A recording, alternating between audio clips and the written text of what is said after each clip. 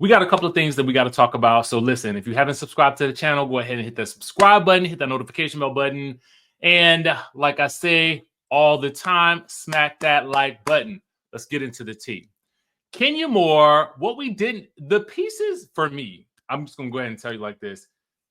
I always think it's very difficult to find pieces of the Tamron Hall show sometimes.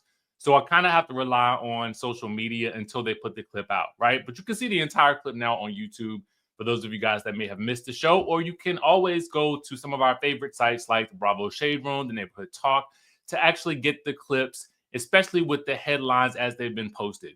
So one of the other things that we didn't really get a chance to get into during the live or the sort of short clip video yesterday was the fact that Kenya Moore says that she was never fired.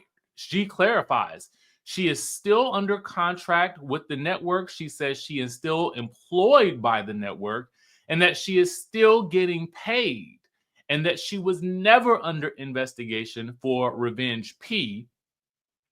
And then she goes on to explain because Tamron Hall says that she felt like this was all a stunt for ratings. But I'm like, at which part was the stunt for ratings? I'm just kind of curious. The part where the photos were shown or Kenya's dismissal was for ratings. Regardless, I was unclear about how Tamron sort of meant that.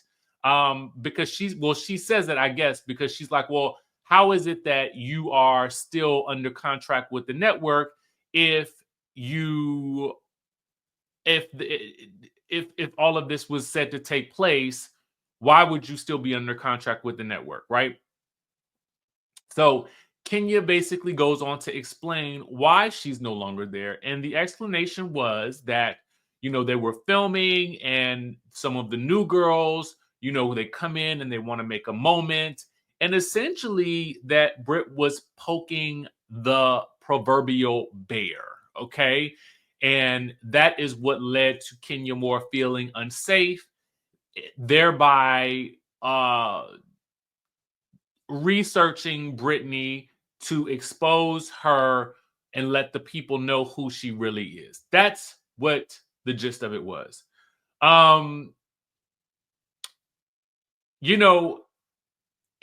This is a difficult situation to really analyze, without the network coming out straightforward and saying something, especially in light of the fact that we haven't even seen the season yet. So at this point, I'm going to reserve my full judgment until I see the season and see what they do and see if Kenya is allowed to speak during the season at any point in time, particularly at the reunion, which probably won't come until next year when I'm in Cape Town. Anyway, moving right on along, the next thing that we need to talk to you guys about is what is going on with Ray J, okay? We've talked about his interview with Pastor Jamal Bryant. There are clips out there where he talks about, feeling unsafe and feeling like he needs to wear a bulletproof vest, that he knows things and people know that he knows things. And so the billionaires are allegedly out to get him. His words, paraphrased. You can go out there, Google the information. But what I want to talk to you guys about is what he is ready to reveal. Because he says, I'm about to post all my stuff on X. Since I'm having a meltdown, I'm about to air out all my mistakes I made and been making lately. By taking extreme accountability and showing the worst of me, hopefully will lead me to long-term peace. Stand by. Okay, shout out to the Shade Room for posting this. Shout out to the Bravo Shade Room for that last story on Kenya Moore. Let's really quickly, let me just put on my grown folks hat and my, project 2025 self-improvement for us as a people hat, okay? And by that, I mean taking the power out of that power, that project 2025, redefining it for ourselves and for how are we going to be better in this new year despite what we have to deal with. And that is going to extend right now to Ray J. So Ray J, for me, personally speaking, get off the X. Okay. I mean, that's just number one. I hear the people are going over to Blue Sky. Go on over there. That's number one. Number two, if you ain't gonna do that, right? Because I ain't even got on Blue Sky yet, because I had to get off X a little while ago because I felt like it wasn't good for my mental, and I really didn't even check it like that. But you know, as a grown man, I just kind of feel like whatever is happening with Ray J, whatever he's experiencing, I'm not going to diminish it because I don't really know.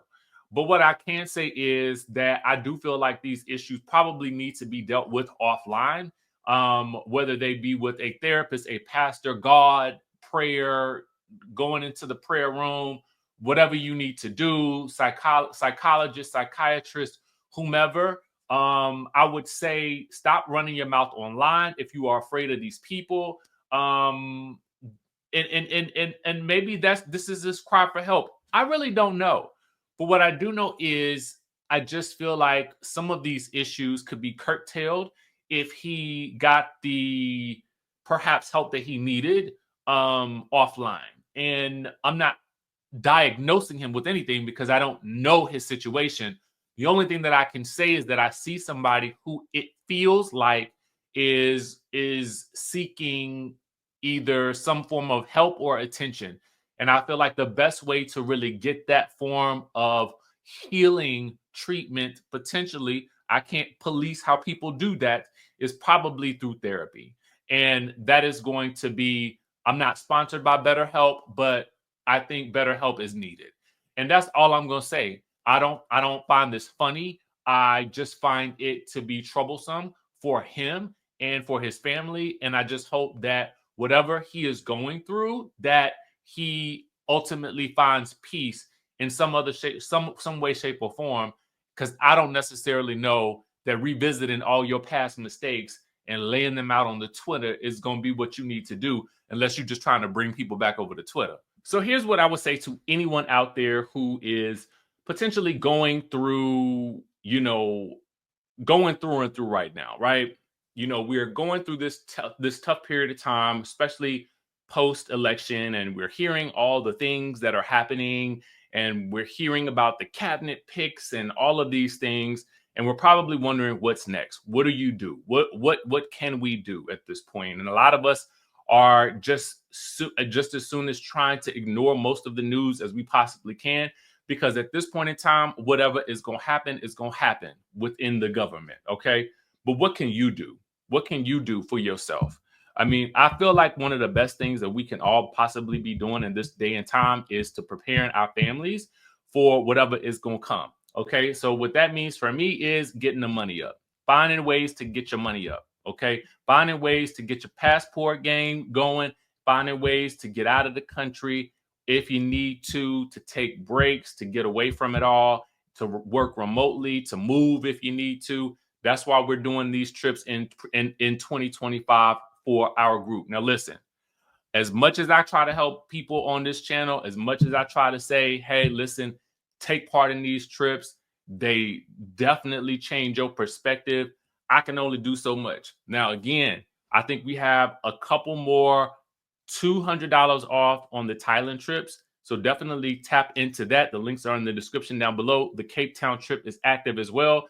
And then by next week, our Tanzania trip should be up as well. So I'm doing my part to try to get as many people out the country to explore, invest in real estate, get or find real estate options, find options for dual citizenship as I possibly can.